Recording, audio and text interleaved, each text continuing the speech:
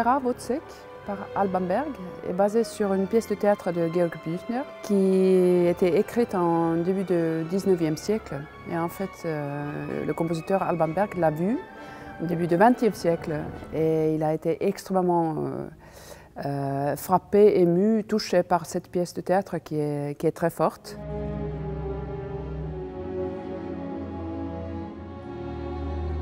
Ce que je trouve extrêmement intéressant et riche et impressionnant aussi, c'est une pièce de théâtre qui a énormément de caractère. Donc bien sûr, c'est une histoire extrêmement triste. Moi, personnellement, je suis chaque fois émue et touchée par le destin de Wozzeck. Mais il y a aussi une galerie de personnages qui est absolument extraordinaire. Et là, on voit le génie d'Alban Berg, en fait, parce qu'il a composé vraiment un profil, une personnalité de chacun des caractères. Par exemple, justement, par rapport aux personnages qui ne sont pas des amis de Wozzeck, il montre, à travers de la musique, il montre l'hypocrisie de ces gens, en fait, les prétentions de toutes sortes de caractères. C'est presque une comédie musicale, musicalement, dans les scènes comme ça.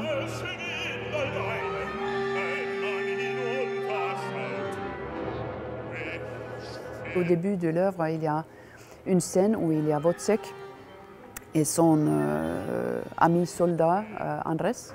Et Andrés, en fait, il veut chanter une chanson pour un peu alléger l'ambiance de la situation parce qu'il y a le brouillard et Wozzeck commence à voir un peu des fantômes, etc. Et Andrés veut bien tenir la bonne humeur. Et il commence à chanter un truc qui est tout à fait classique, et l'orchestre est classique aussi, mais comme il y a les pensées de Wozzeck qui rentrent dedans. Berg jette en fait les éléments complètement contrastants dans la même musique. Et je trouve ça, c'est un moment magnifique. Donc vous avez la musique très classique, simple dans le bon sens du mot. Et après, il y a une musique qui écrase tout ça. Et les deux sont confrontés. Et ça, c'est un bon exemple de la pensée dramaturgique du compositeur. Donc c'est chargé, mais il y a toujours une raison derrière. C'est absolument fascinant. L'opéra avance en scène, en fait, des épisodes assez courts. Donc c'est quasi cinématographique déjà. En fait, le timing est toujours plutôt compact.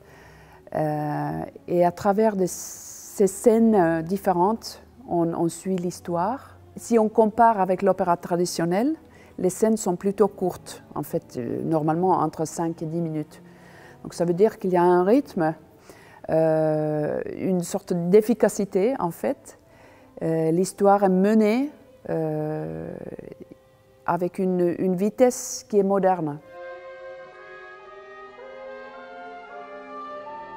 Alban Berg, c'est évident qu'il a senti beaucoup de compassion vis-à-vis de Wozzeck. Il le présente comme presque le seul personnage de classe, quelque part. En fait, Wozzeck lit, il cite la Bible, il essaie de vivre comme une bonne personne. Et ce sont les autres qui peuvent être écrasants et méchants.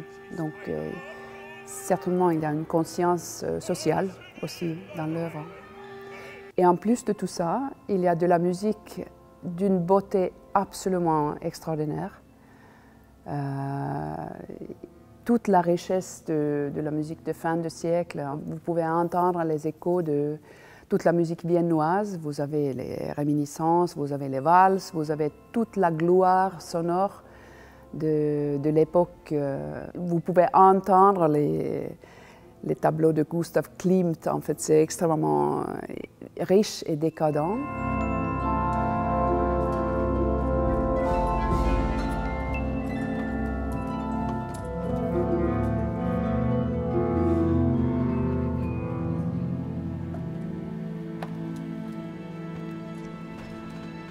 Il y a 3 actes et chaque acte est divisé en 5 scènes. Et pour chaque scène, en fait, il a choisi une forme musicale différente. Bien sûr, quand on est confronté ou nourri par une partition comme Wozzeck, on se pose la question comment la rendre audible, lisible et compréhensible à l'auditeur et au spectateur. Et je pense que là, on peut, en effet, on peut faire confiance au compositeur. Nous ne sommes pas là comme interprète ou l'orchestre, chef d'orchestre. On n'est pas là pour faire une lecture intellectuelle sur la composition, en fait. C'est juste un point de vue très intéressant et une explication pourquoi cette œuvre tient tellement bien. En fait, c'est une sorte de squelette ou fondation de toute la dramaturgie.